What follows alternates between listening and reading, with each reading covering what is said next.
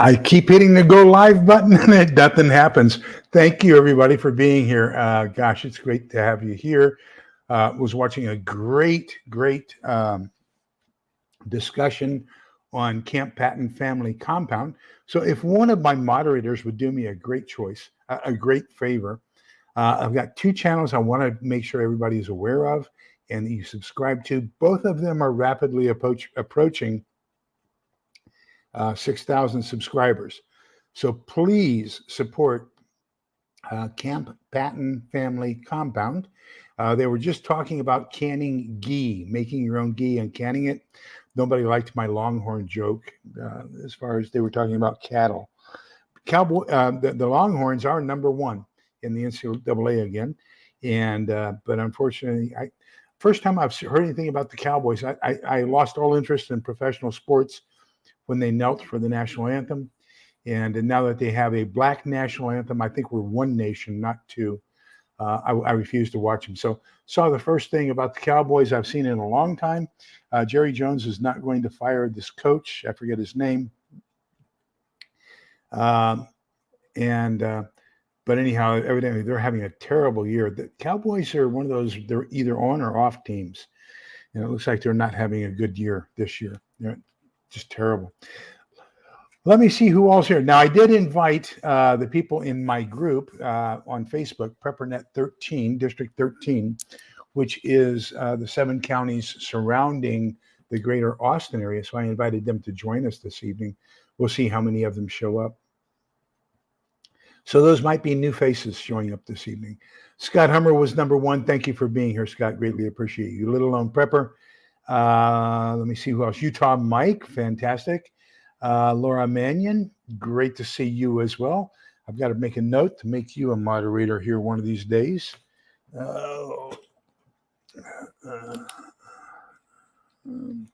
Laura Mannion.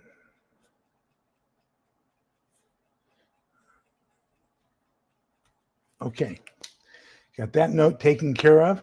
Holly Ivans, good to see you as well. I expect Kaylin will be in here shortly. And Diana 2, 940. Let me see who else. Gosh. Cats and Prepping, good evening. Good to see you. Sure, you can. And tonight's one of those ones where there's not going to be that much show and tell, but there is going to be a little bit. I don't know. You tell me if you want to continue on with this book. So far, I've had to delete a couple chapters because it's all about firearms and things and how to use them and tactical type stuff. I thought this was going to be a little bit different of a book than what it is, but it's really, I mean, a lot of military type stuff. So I would like to, at the end of this evening, get a feel from you. Do you want to continue on with this book? Because it really is more of a tactical, almost like a militia book. So I don't know. I'm not as enthralled with it as I originally was. But then again, we can continue on. If you like the book, if you want to continue on, we can definitely do that. But in the meantime, we'll continue on. We'll pursue with vigor and see what we can do with this. I would have to search another book, but we can kind of free flow it next week if you all wanted to discuss about discontinuing this book. So let me get here. That's Directional Antennas. We don't want to do that. So it's going to start off on page 75 on the Guerrilla, his ecology, and his communications by NC Scout. A lot of talking about the Cuban revolutionaries and things like that, how they communicated their ecologies. Three critical things. Utah Mike says the same thing about NASCAR. As I say, Little Lone Prepper used to like that. I'll tell you why. I went to NASCAR races twice a year. I went to Fort Worth to the Texas Motor Speedway. And when I had my disaster response food trailer, after Hurricane Katrina, we didn't have anything to do for quite a while. I wish I had it now. I could go help some people. But after Hurricane Katrina, for a while, there wasn't anything to do. So I started doing motorcycle rallies and I started doing Texas Motor Speedways. And so I set my trailer up in Fort Worth for Texas Motor Speedway. So I didn't really participate in the races as much as I sold food to the people who were there. and I was on the southwest side, out on private land, southwest. My cook hooked up my trailer to a 220 outlet, which is great because that's what we did. And but he didn't check the coupling, and he didn't turn off the master breaker on the inside of the trailer before he plugged it in, and it blew everything. It blew my freezer, refrigerator, everything electrical was blown in the trailer as a result of it. So a $40,000 trailer, and I got rid of it for $10,000. It was just unbelievable. But so that was my extent, my foray into Texas Motor Speedway and NASCAR. Mike is back on. Is that? Am I having? Let me look up here. Am I having mic problems? Is everybody hearing me? Let me start off that way. So Laura Mannion says I lost my mic. Can everybody hear me? Okay, Laura says mic is back on.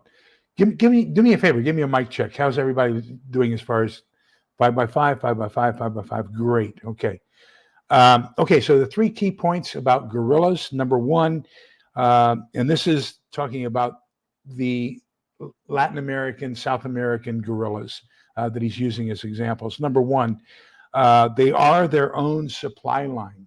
So they didn't carry anything with them. And this is one of the disadvantages of being a bug out type prepper as well, is everything you have is on your back, and you've got to kind of forage or find or steal or whatever for anything else that you need or need to acquire. So you are self-reliant in the fact that you have to beg, borrow, steal in order to survive. Number 2, he fights with what he has, not with what he wishes. So this thing about everybody saying that you have to have all these different calibers and types and everything else because of the target being this or that. You get one. You carry one. You carry one maybe long and one short, and that's it. And then the feeding mechanism for it, and you don't have a whole bunch of choice. And then number 3, he cannot fight as a conventional force. So he's talking about a particularly strong recent example of this phenomena is the rapid and spectacular equipment failures that the Taliban experienced just after the botched U.S. withdrawal from Afghanistan. Anyone who's spent any time among Afghans knows equipment maintenance is not their strong point. That's throughout the Arab world, from what I have seen, my experience. They were successful fighting as the underdog, but conventional warfare cannot and will not work for them, just as it did not in post-1994 Afghanistan. So, yeah, one of the things that we have noticed, and it's kind of a cultural thing as well, is the higher people really don't want to get involved in the dirty work of the lower people, and the higher people want the education on how to run the maintenance programs and everything else, but then they never share that knowledge down, because if you share knowledge in that culture, then that makes you less powerful in your position, and somebody could usurp your position. So the coordination between the officers, NCOs, and enlisted in most of the Middle Eastern countries is non-existent. They just that's quite often why they fail as a cohesive fighting unit, is because of those differences. And the people down at the bottom, same thing with I don't know how they continue to do it. My time with the South Korean Army, it's very Castle. I mean, an NCO can walk up and just wallop the crap out of an enlisted person, and that's part of their culture. An officer can do the same thing to an enlisted person. And when I was working for the Korean CIA general for the South Korean Army, his driver was a bird colonel, believe it or not. So I mean, it's not everywhere is like the U.S. Let me just put it that way. We are a very unique culture, and sometimes I'm very happy to be a part of this culture, especially when I compare it to a lot of other ones. Okay, now let's get into kind of the meat of tonight, and it's going to be mostly about communication. So he's talking about directional antennas for the small unit, part 1 and part 2. So here's I love his examples, just really good examples. A radio signal is much like a light, okay? So I've got the chandelier on up top, and notice how it's dissipating light all around. Nowhere is focused, okay? So the same thing, I can take this over here, okay? Now I've got a focused beam. I can unfocus, or I can, how do I do this? Yeah, there we go. I can take that beam out, but notice that as that beam expands, there's less power. So you've got more light hitting an area it's concentrated. That's the same way it is with the radio signal. So when you're sending a radio signal from a normal antenna, it's much like a light. And I'm going to use this lantern, okay? So this lantern is lighting everything around it. And your antenna on your radio is doing pretty much the same thing. So what you want to do is you want to find a way to reflect that light so that you can channel it and direct it, make it more powerful in one particular direction, okay? So that's what he's talking about when he's talking about the Yagi antenna. Now, a Yagi antenna is basically one antenna. You're going to have a cross beam, okay? That's going to be your transmitting antenna, and then it's going to have a reflecting antenna on the bottom. It's going to reflect it up into two more concentrators, and then that signal is going to go out, okay? So another example of that is a whip antenna, a ham whip antenna for the top of my pickup, okay? So this is magnetic. Now, a couple things happen. Before I get into what the advantage of this, I want to get into this. Notice that it has a coupler here, a coupler and a resonator, and then it goes out and has another piece of wire, and at the end it has a small ball, okay? This ball prevents static discharge, okay? So you're you're basically sending a little bit more of the signal back down into the antenna, okay?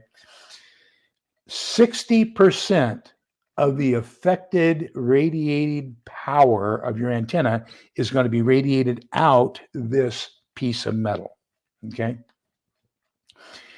This is called a coupler or a resonator, and you'll primarily see this when you have a two-band radio attached to a two-band antenna. So the bands that this antenna transmits on are ultra high frequency, which is 300 megahertz to 3 gigahertz, and very high frequency, which is 30 megahertz to 300 megahertz. Okay. So what happens is if I have this radio and I hook it up to this antenna and then mount it on the top of the roof of my car, depending upon which band on this radio, remember that these ham radios are dual band. They're going to do VHF and UHF. So if I'm doing UHF, the higher the frequency, the shorter the antenna, okay? So if I'm doing UHF, I'm only going to use this much of the antenna. So that's going to be my resonant, I'm caught up here in my microphone. That's going to be the resonant part of my antenna. When I go to the very high frequency range, this comes into effect, okay? The UHF, it's basically going to take that signal and redirect it back into this element so that all of my UHF power is coming out this part of the antenna. When I get up into the very high, or when I get down into the very high frequency, I need a longer antenna. So it opens up this coupler and it couples, and now I'm using all of the antenna to transmit that signal. So I have a very long antenna for very high frequency. I have a very short antenna for ultra high frequency. So that's what we talk about when we're talking about antennas. Now, one of the things that you need to understand is this has a magnet. And remember, I said 60% of the signal goes out this antenna. The other 40% basically goes as a ground plane. So it gets kind of falls off of the antenna around in a circle around where you are. So when you put it on the roof of your truck or on your car or whatever, what you're doing is you're effectively creating what's called a ground plane.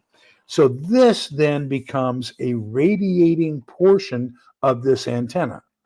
So this is going to go around your vehicle on the ground, not necessarily up in the air towards where you want to transmit. It's going to be basically your short range communications This will be more of your long range communications. Okay. So you're going to use the ground plane as well as your transmitting antenna focus. So what we want to do now is we want to aim that antenna. Okay. So we don't want to be like, if you're in a dark room and you do this, everybody sees you, right?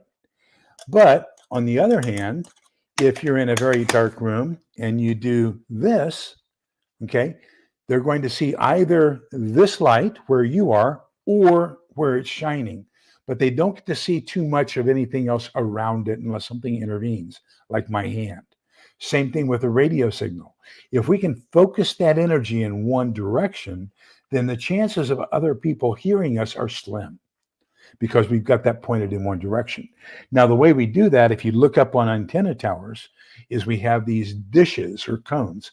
So basically what we're doing is we're taking a satellite dish, this, and remember I said this is like a ground plane. So that this is going to collect all that energy and focus it towards your antenna that's sticking out like this. Okay. Now this becomes extremely unidirectional. It's only going to transmit and receive in the exact direction that it's pointing. Okay. Typically with a microwave tower, with a microwave dish, you're going to have a error of alignment of somewhere around 5 or 10 degrees. So if you're more than 10 degrees off, either up, down, left, right, whatever, you're probably not going to receive the other signal. And when you transmit, you're not going to hit their antenna and you're not going to. That's how directional they are. So you might want to consider using directional antennas. Let me catch up on the chat. I see that Phioxerus is talking about, let me see, the Cowboy. So, We've got Phioxerus has joined us, Tucked by V, Diana 2. I already said Diana 2. Utah Mike says comms is his weakness. Mine too. Phioxerus is running behind because tonight, so ignores late comments. That's okay. We can forgive you. Let me see.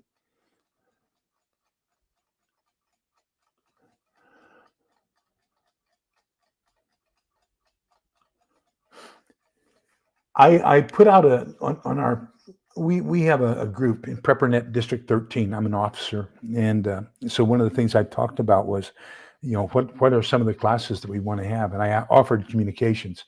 PrepperNet 12, which is down in San Antonio, just did a 3-hour wonderful class on how to program these and how. So everybody brought their little UV5Rs with them to the class, and we sat there and we walked them through how to program it and everything else, and got everything working for them. So they were very, very happy with that. So I think when people can walk out of a meeting and have something working that wasn't working when they first got to the meeting, they really do enjoy the meeting. So, but if you want how to set these up, we can probably do a class on that as well here on YouTube. Let me see. Phioxerus, the Cowboys lost me with their first strike because the Scabs were more fun to watch. NASCAR season ticket holder for Texas for many years, but the racing changed before they went woke. Yeah, that's true. I think the last time I was up at Texas Motor Speedway was maybe 2012, 2013. Well, the one thing I did like was every time I went up there, they had a Nakona on the far west side of the Texas Motor Speedways in the little town there. I think it is Nakona. They have a Nakona boots outlet. And so every once in a while, I'd pick up a new pair of Nakona boots. I grew up just a half a mile from the Tony Lama factory. So, the first pair of shoes that I owned were the low quarters they issued me on active duty. Everything I had when I was a kid was Tony Lama. So, I grew up with cowboy boots, was my mainstay most of my life. I had tennis shoes for school, but, for PE and all that kinds of stuff. But, I wore boots most of the time. So yeah, I like Nakona out there at Texas Motor Speedways. Let me see here. Okay, so I have that kind. Kaylin says she has this kind of antenna, uh, but no vehicle, and it's too thick to run out through my air conditioning housing. Yeah, and the problem is if you try to if you try to put it through, even the same thing with a vehicle. If you're careful, if you're not careful, you can pinch this and the coax and damage your cable, and then all your power, all your transmission power gets lost inside here. We're going to go into definitions of power and how that works. This I will tell you, he does a better job in this book of explaining watts and decibels than you're going to get in. I've lost 2 books. I can't find them on codes and ciphers. It really upsets me. He does a better job explaining decibels, watts, and everything else in this book than it do in this book. Okay. So I will be honest with you on that. That's and I like what he does, and we're going to do that this evening. That'll give you a little bit of a better understanding, in my opinion, of what's going on. Absolutely correct, Theoxorus, and that's one of the reasons why I don't have lights on any of my bang bangs.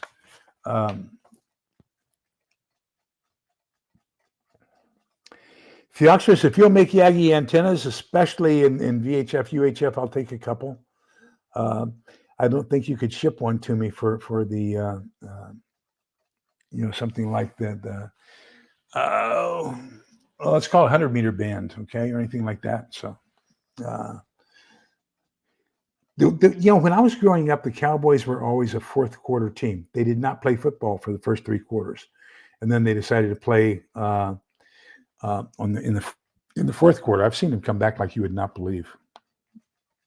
Of course, the biggest comeback ever was in 1991 playoffs, I believe it was. It was the AFC playoffs, the Buffalo Bills against the Houston Oilers. Houston was ahead 64-0, and we were living in Houston at the time. And we went to Walmart, and they still had their little snack bars and popcorn and everything else. And so I stopped by to get popcorn. Allison was just a baby, and in a cart. So we got a bag of popcorn for her. And I looked up, and it was 64-60. Bum Phillips had been fired at halftime, and the Oilers just went downhill from there. They lost the game. They were up by 64 points at half and lost it. But anyhow, so talk about playoff terrible things. That was a terrible game. I tell everybody, Utah Mike, everything is relative. Everything is relative. I may be ahead of you, but I am so far behind most of the guys that I have breakfast with on Saturday mornings.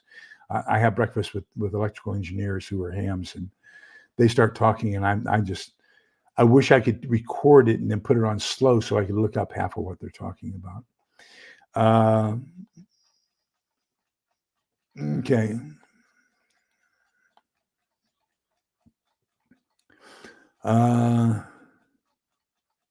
KP Heathen is still looking for purpose close to him.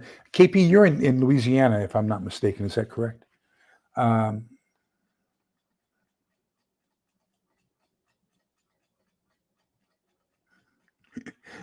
Yeah. I was reading something. Somebody was recommending that if you don't have dry bags and you think you're going to be flooded, and you have either a front-loading washing machine or a dishwasher, to fill those up with all your precious items that you don't want to get wet, like paperwork and stuff like that, and it will protect it. And then somebody else said, no, that didn't work. And so I don't know. I don't know, but I thought that sounded good. Originally, it kind of made sense to me.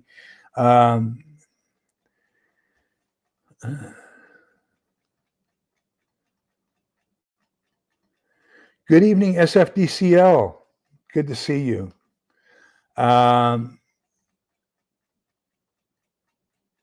Okay, we'll see if we can't get that done. We'll see if we can't get that done for you. See, and I don't even know who Dale Jarrett is, so that there are things that I am really, really weak at.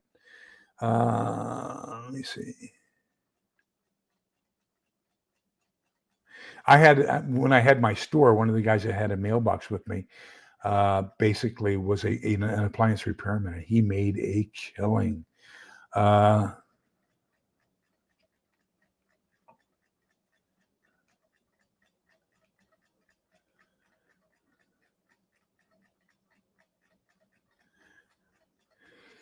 that right now, so I don't know, every once in a while, like I just did a video on Friday. I did it Friday because I had to go pick up Helen at the airport on Saturday.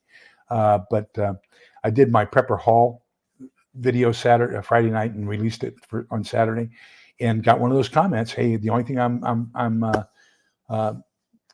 stocking up on is ammo, and thank you for letting me know where to go. You've done my shopping for me. So I just deleted it. I don't have time for those kinds of people. That's sorry, I'm not going to engage with you. That's you're taking your life in your hands. That's not preparedness as far as I'm concerned. Okay, so we've got the idea about radio and light. And by the way, radio waves travel at the speed of light. So the other thing is that I want to make sure you getting the concept of radio is, if I have a radio beam and it's just like light and I'm shooting it here, notice that if you were to go outside right now and look at the bricks on the outside of this drywall, you're not going to see my light. Okay. Same thing with a radio signal. Radio signals are absorbed by that kind of material. Now, there are things that can reflect it, and one of them is aluminum. I can take this and I can kind of take that there on my backboard. You can see where I'm reflecting a little bit. Let me see if I can reflect it back into here. Yeah, there we go. Now you see it reflecting into the camera. But you can reflect it, and so you have reflective materials. Same thing. This aluminum foil is a good reflector for light. It's a good reflector for radio signals. So basically what I could do is and I showed you that with the microwave antenna basically concept, I can make this into a dish, put my transmitting element in the middle, and then it collects everything. And also, remember that ground plane that I talked about, how 40% comes out here down to the base of the antenna? Well, now that not only do I have the 60% going out the antenna, I also have the 40% that's coming down into this that's also being reflected. So now I've basically got 100% of my signal going towards the intended target. Okay. But so that's one of those concepts I think it's really important you understand, is how you can direct your radio waves in one way or another. I don't have a freeze dryer. We're very, very happy. We took her to the surgeon this morning, and he said, yes, it is a displaced fracture. However, with these displaced fractures, it does not appear that the tendon is injured in any way. So we want you to come back in about 3 to 4 weeks. And we believe that with the displacement, the kind of displacement that you have, and this is the most common breakage of a foot, by the way, the fifth metatarsal. And so he said that he believes that 500 cases that he's seen, that the metatarsal basically acts as a brace, and it'll pull that bone back into place naturally. And so they don't want to do any surgery to do that. However, they do want to check on it in about 3 to 4 weeks to make sure that that is exactly what's going on. They changed her from one of those boot casts down to a shoe cast. Everything is looking better. It is still swollen. It is still painful, but we're doing a lot better than we thought we were. So we're very, very happy about that. Bought her one of those triangular type of a foam thing so that she can keep her foot elevated and try to keep the swelling down. And she's very happy with that. And no, gosh. Oh gosh, that's terrible. Nakona boots was one of the better boots. Nakona and of course my Tony Lamas were two of the better boots that I ever did.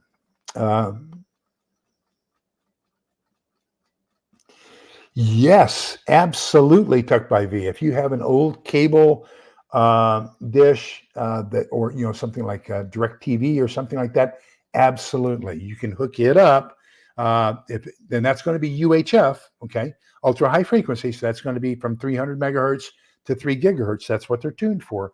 Now you could probably take that element out and switch it out with something else if you wanted to go down into the VHF area, make it a little bit longer. But yeah, that and this radio, you would have an extremely effective and directional antenna. Very, very thoughtful of you. Absolutely great.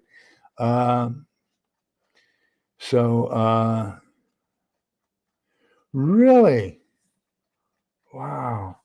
Yeah, I've got one of my prized possessions is a autographed 8x10 of oh gosh, now I'm going to forget his name. Number 33. Um, the Cowboys had to give him, when they came out with mandatory minimum wages, they had to give him a pay raise so that he could meet minimum wage in the NFL. And he was just, in my opinion, he was the best football player the Cowboys had other than Bob Lilly. Gosh.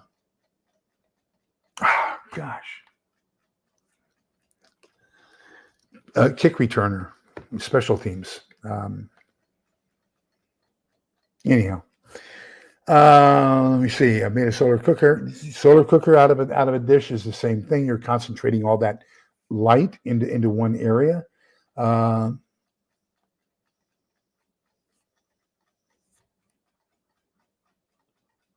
Absolutely, that'll work. That will work.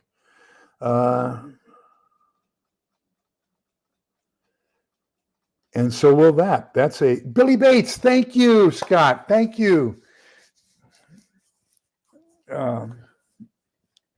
Yeah, Bob Lilly lives up in Georgetown, up at the retirement center in Sun City. He owned last time I heard, he owned a Coors distributorship. And I think he sold it and then moved down to Sun City. But he's still alive and still in the area.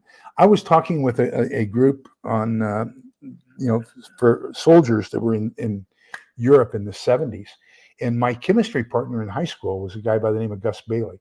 And then we went to UTEP, and then I ended up in the Army, and he went on through college. He got drafted by the Houston Rockets. And I was out of money, and it was getting towards the end of the month, and I went to the Army Rec Center on Sheridan Kaserne in Augsburg, Germany, and a big crowd. And so, looking at the crowd, and there was a 6'4" guy, and he looked at me. He says, Lee, and I looked at him and said, Gus. He says, is there any place we can eat? Let's catch up. And so we went to the snack bar at on Sheridan Kaserne. They had the best fried chicken in Germany. I absolutely believe that. And he paid, but we had a good 2 or 3 hours until they started coming looking for him. And then a couple years later, his wife murdered him. But what a great guy! Gus was one of my high school and college. He was a great friend, and I wish things had turned out better for him. He was just such a great guy.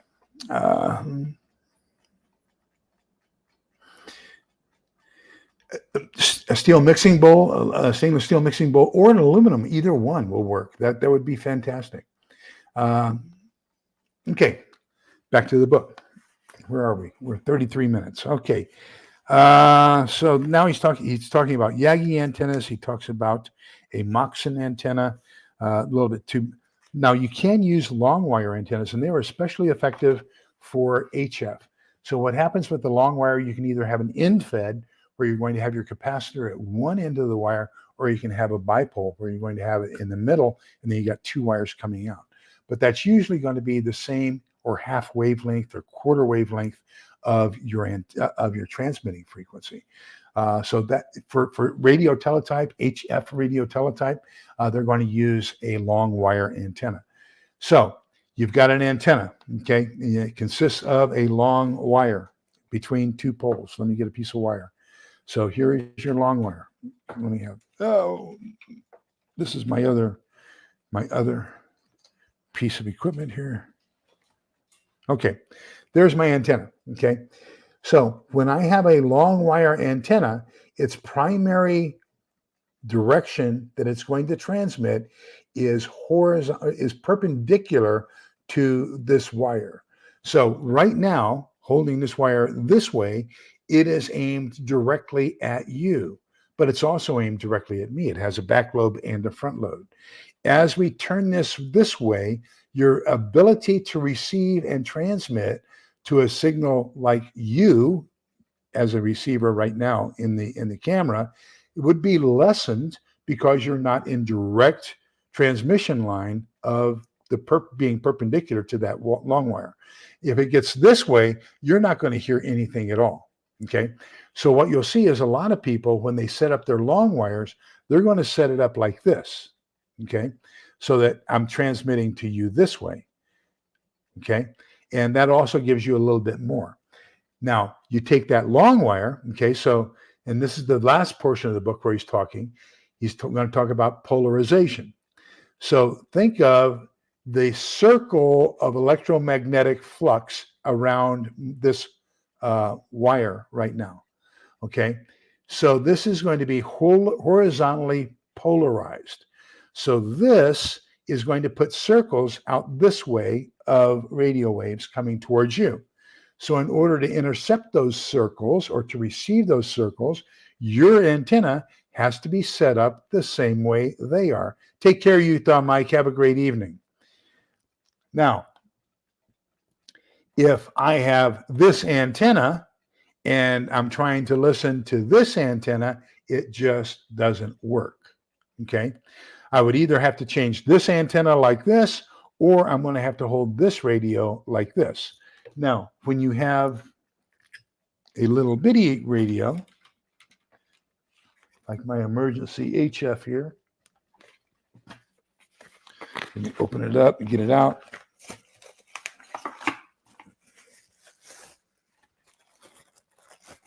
Should have thought about this one. I just now realized. Okay, so this emergency radio that I keep behind me has an antenna that's adjustable. So I can go anywhere from a horizontal to a vertical. I can also go to a 45 degree. I can adjust the frequency. Remember, the longer the antenna, the lower the frequency. The shorter the antenna, the higher the frequency. So by varying my antenna, I can also do a little bit of what we call gain on the signal coming in, as well as, if this were a transmitter, how I would transmit it out. Now, let's talk about gain, okay? If you have a flashlight, we're going to translate some words into radio, but we're going to use the flashlight as an example. So, in this flashlight, I have two batteries, okay? So let's call this a 3-volt power input, okay? On a radio like this, it has a 5-watt power input. Now, I can magnify the overall efficiency of this light by reflecting it here and concentrating that signal. So even though I have 3 volts here, I have something here that is going to produce lumens, okay? Or the amount of light, actually measured in candle power, that is going to be directed towards an object, okay? So here we have watts as the input.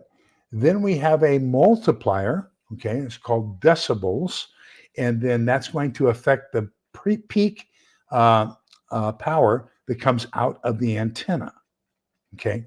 So I can, for every 3 decibels of increase efficiency on the antenna, you're going to double the power coming out of the antenna.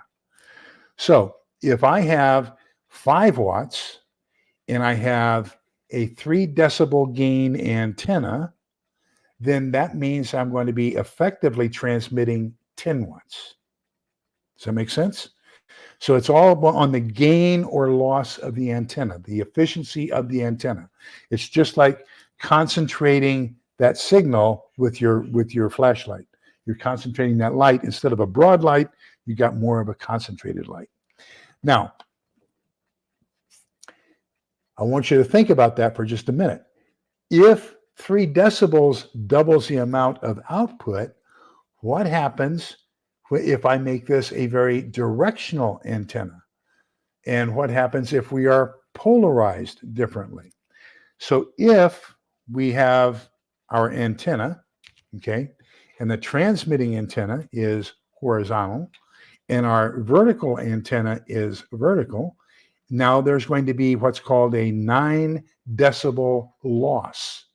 So remember, every 3 decibels is a doubling or a halving. So let's say that we're going to start off with 20 watts radiated power. So because we are not at the same polarization, first we lose half. So from 20, that's for the first 3, we're going to go from 20 to 10. Then for the next 3 decibels, we're going to go from 10 to 5. And then for the next 3 decibels, because we got 9 decibel loss, we're going to go from 5 to 2.5 watts. So even though I'm transmitting 20 watts, because I'm at a different polarization, I'm only receiving 2.5 watts, which is relatively low compared to all the noise that's out there. So that's why you want to make sure you have the same polarization.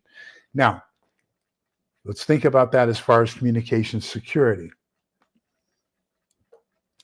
Most people have these, or they have a rooftop antenna, right? So if most people have these kinds of antennas, how are they listening? They're listening with the antennas up in the air like that. So if you want to be a little bit more secure, what you do is in your neighborhood, instead of talking to your neighbors with the antenna up in the air, talk with it this way and make sure that this is, okay, so I've got this where this is pointing 90 degrees away from you. I'm actually pointing the major part of the antenna towards you, okay? So now what happens is I've made it a little bit more directional. So a guy over there, okay, is going to only receive a portion of the signal, and then that portion is going to be halved 3 times, 9 decibel loss, because he's not the same polarization that I am. So that's what he's talking about in this portion of the book. Okay. So there you go. There are some things that you can do to have the bad guy not listen to you. Number 1, make it a directional antenna. Number 2, change your polarization. Number 3, reduce your overall transmitting power. If you do those 3 things, chances of the bad guys listening in on you are greatly diminished. Okay, so that's his four areas that we went through this evening in his book. I hope that helps a little bit. Oh, by the way, when you buy a stock radio, it comes with this little bitty dog antenna here. So a very small antenna. Now this is tuned for UHF, so that is good. But what I do is I like to replace most of my antennas with these Nagoya 220s. And so this is basically the same thing. It's increasing. I've got the little coupler in here. So I've got both my VHF and UHF capabilities in this one antenna. And it really, really improves overall listening as well as transmitting.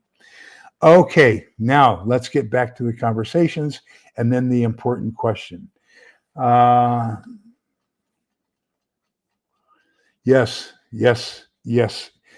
Did I ever show you the size of Field Station Logsburg's HF intercept array as far as direction finding and intercept? I mean, it takes up football fields. That's how big it is. Take care, Utah Mike. Have a great evening.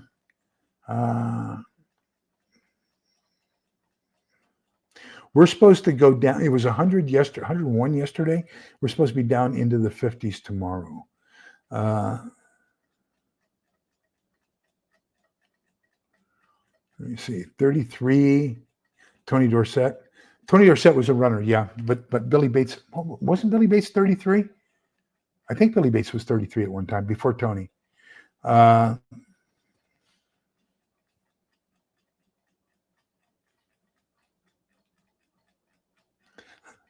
don't know. I do know when I was teaching Russian voice intercept at Goodville Air Force Base in the early 1980s. That was still the summer camp for the Houston Oilers. And so not Tony Dorsett. 44. Emmett Smith? No, I can't remember. Anyhow, there was a certain bar that they all went to after practice because they practice at Angelo State University, and so that wasn't very far from where I worked, and we'd all go over and drink with them in the evenings.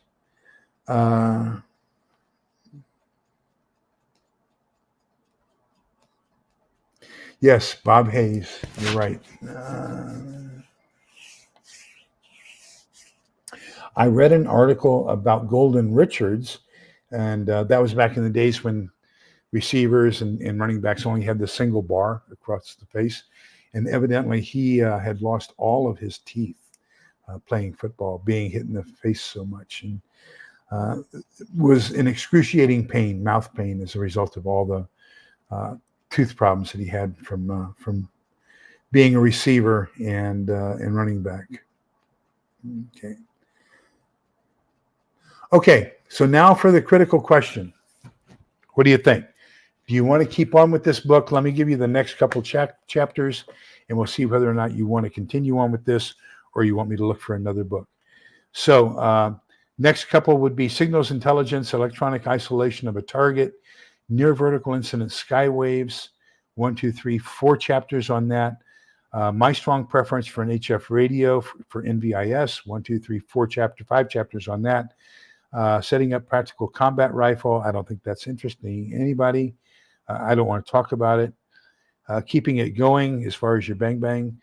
Building a scout team, report formats, recon basics, contact to drill basics, clandestine communications, 1, 2, 3, 4, 5, 6 different chapters on that, and making the most of off-grid CB.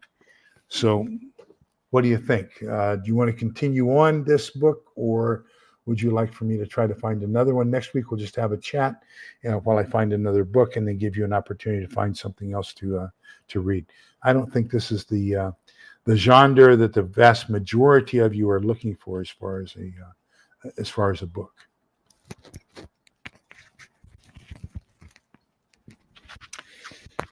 Okay, let me.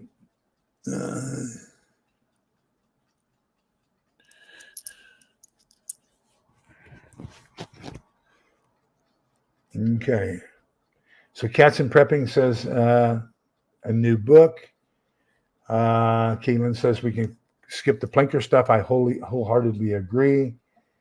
Diana too says that the book's a little bit over her head. I kind of have a feeling that's true for me. So I'm going to empathize with you. It's over my head too. So sometimes, but like I said, it simplified some other stuff that I'm studying for me.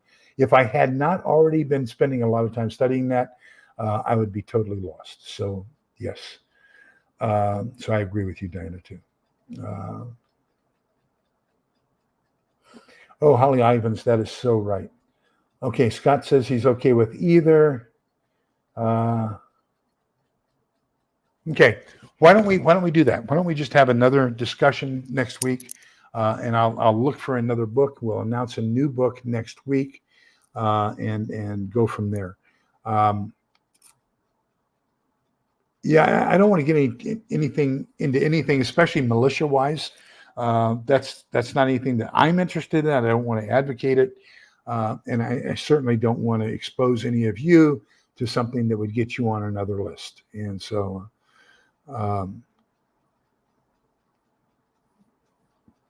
Laura Mannion appreciates the comment. Maybe some night we'll just do a different night just strictly for communications, and I can get some. There are some great people out there. There are some really great people who can really do some great stuff. There's a couple of them that ham radio, ham 2.1, ham 2.0 radio. Gosh, I'll make a list and I'll put it in tonight's summary on some great ham radio and other radio channels that I really, really like. Tammy appreciates the comms learning. Why don't we just make another night specifically for comms, and we'll do that sometime here in the near future. So what we'll do is we'll change I don't. So what near vertical incident skywave is basically, remember we talked about directing that signal. Well, near vertical incident skywave is, remember, the lower the frequency, the longer the wave, the longer the antenna. And so what you're going to do is those waves don't pierce through the atmosphere like a UHF, VHF, or even an SHF. So they kind of, when they hit the atmosphere, uh, if you're shooting straight up, it'll go straight through. It'll go forever. But if you have just a little bit of an angle and you shoot up, then it reflects back down. So what you're doing is you're bouncing it off of the ionosphere. And that's near vertical incident skywave. So you're shooting it up so that it comes back down, and then you just have this cone of communications right around you, so that you don't have that skywave going all over the place. That's the whole thing about near vertical incident skywave. He's talking about how to calculate that, how to set it up. You have to have an HF transceiver. I'm not even licensed for that. I'm only licensed right now for, I'm studying for the other test, but I'm only licensed for these handhelds right now. So yeah, that's some really deep stuff. So probably pass on that. Okay, we'll look for a different book. Where are we? Let me see. I just got a notice from wholesale freeze-dried wholesalers, and I don't know. You can call them tomorrow if you're interested. He is buying, and he's giving you full price for some of the, what are they called? ReadyWise, For Patriots, Patriot Foods, all these different places where they sell you like a 2-month supply of food. And it's like 144 servings of oatmeal, 3 servings of cream of wheat, and 2 servings of milk substitute. So he's buying those. He announced today on an email, he's buying, and freeze-dried wholesalers is the name of the company. He's going to buy those from people at full price, give you credit so that you can get his good stuff. That's where I get my pork chops, steaks, shrimp, sausage. I mean, great stuff. He supplies all the freeze-dried foods that goes into the U.S. Navy submarines and into our military. So especially to the Navy, so that they can cook them on the ships for midrats and things like that. But anyhow, and Canadian Prepper has had him on it several times, and he's tried a lot of his foods on his channel, freeze-dried wholesalers. But contact them if you want to get rid of any of your For Patriot stuff and things like that. And he is going to then ship those to the affected areas in Florida and North Carolina and Tennessee, and just give those away as donations to the peoples in the affected areas. Then he is going to give you a credit for the value of those towards purchase of some of his products. So what you can do is you can get a better product in exchange for what you're giving him to give to other people to help them survive. So just some things you might want to consider. I heard that they are full up with clothes. They don't need any more clothes. So clothes are okay, not to give. They are still looking for more diapers and baby formula, and of course food, water, and those kinds of things are still very, very needed by a lot of those areas. I did get Maggie and I have been in contact with each other, and she is safe. They're in Central Florida, and everything's going good. They got their power back yesterday. So she was very happy about that. She and her family are safe. All of her husband's stores are safe. They weren't prone to any flooding, so everything went extremely well for her. Thank you for remembering her in your prayers. And thank you for all the people we have who watch us from North Carolina, Tennessee, Georgia, as well as Florida, that you are safe. And okay, Diana 2 says there's a correction. I probably misstated. That they were full up and closed in Tennessee, but that may not be appropriate for North Carolina. Okay, so check and see with your local group as to what's needed where. Okay, we'll change books. I'll get you a new book next week. I'll delete everything out of the mention in the write-up about the story. And Then next Monday we'll have a new book and a new concept, and next week we'll just have a general discussion on prepping. Do me a favor, think about some of the subjects that you are most concerned about. What are some of the things that you think that you probably need a little bit better plan on, need a little bit better equipment on, need a little bit better training on? I am really weak in canning. I'm learning radio, even though I was a voice and a signals intelligence officer and worked in intercepting. Intercepting and transmitting are totally different. So I spent 21 years listening to the radio and tuning everything and all those kinds of radio wave theories. Transmitting is totally different. So I'm having to learn from scratch all the transmitting stuff for ham. So I can understand why some people are down on ham as far as getting the license. Septic systems, disposing of human waste. Just what are some of the things that you think that let's come up with a list next week. What are some of the things you think are overlooked that we probably should be addressing? So let's create a list that we could have to just give to newbies, because there's a lot of people now who are getting concerned with Israel. Remember, we've got a THAAD, that's a Terminal High Altitude Air Defense System, THAADS.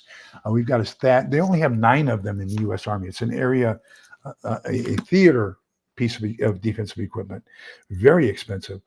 We just sent 1/9, 11% of all we have to Israel. And so we now have that on the ground in Israel. So, gosh, it's getting kind of bad, plus we had another prevented assassination attempt. We've got, gangs taking over apartment complexes. Things are getting bad. So what are some of the things that you are concerned about that you think, should we be preparing for World War? If so, what are your concerns? Are we getting prepared for another outbreak? If so, what are your concerns? Are we getting prepared for financial collapse, CME, you name it? Let's talk about that next week. And just what is it that we can do? These storms have caught a lot of people by their shirt tails. And we've got a lot more people joining and wanting to know a lot more about prepping as a result of what they've seen, thanks to Helene and Merlin. Was it Merlin? Anyhow, the two hurricanes. I think it's got a lot of people a lot more interested in what we are doing. So let's come up with a good list of things for them to look into and think about. Hello, Butch. Welcome. Oh, wow. Milton. Thank you, Milton. And wish her a happy birthday from us as well. Okay, so the book of Numbers, chapter 6, verses 24, 25, 26. The Lord bless you and keep you. The Lord let his face shine upon you and be gracious to you. The Lord look upon you kindly and give you peace. Thank you all for being here. Thank you for what you've done. We did have one new guy show up, DCO, and I don't know if he left or not. But I think that might have been from the PrepperNet community. Check them out on Facebook, PrepperNet, and that may be something you might be interested in as well. So, who was it that had a birthday today? I wished him happy. Oh, I know who it was. Wasn't it?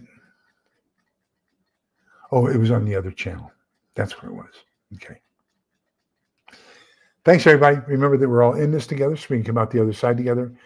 Please be kind, polite, and respectful to each other, because togetherness is the key. And thank you. I wish you were here to be together with me, because I really like the people we have. Take care, everybody. Have a nice evening. Bye-bye. Come on, computer, work in stream. There we go. Yay. Bye.